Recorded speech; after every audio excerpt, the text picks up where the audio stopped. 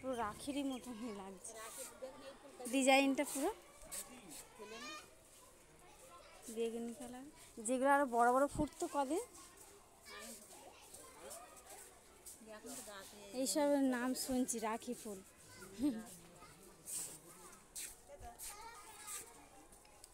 রাখি ফুল তোমরা সবাই। হ্যালো গাইস, এই ফুলটার নাম কি? এই ফুলটার নাম কি কেউ বলতে পারবে? তো কেউ যদি জানো প্লিজ কমেন্ট করো এই ফুলটার নাম কি। সবাই তো বলছে রাখি ফুল, তো আমি তো জানি না ঠিক। একজন বলল, এটা আমাদের এই ছেলেদের স্কুল দিতে এসছি, ফুলটা ফুটেছে, তা মনে হলো একটু ছবি ভিডিও করি।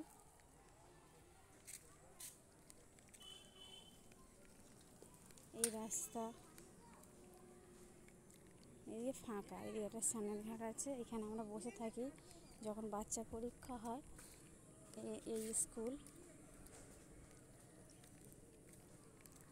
তা সবাই কমেন্ট করো ওই ফুলটার নাম কি। ফুলটা যদি কেউ জেনে থাকো ফুলটার নাম, প্লিজ প্লিজ কমেন্ট করো। সবাই বলছে রাখি ফুল, সত্যি রাখির মতনই গোল দেখতে, সুন্দর ফুলটা। তো তোমরা সবাই ভালো থেকো।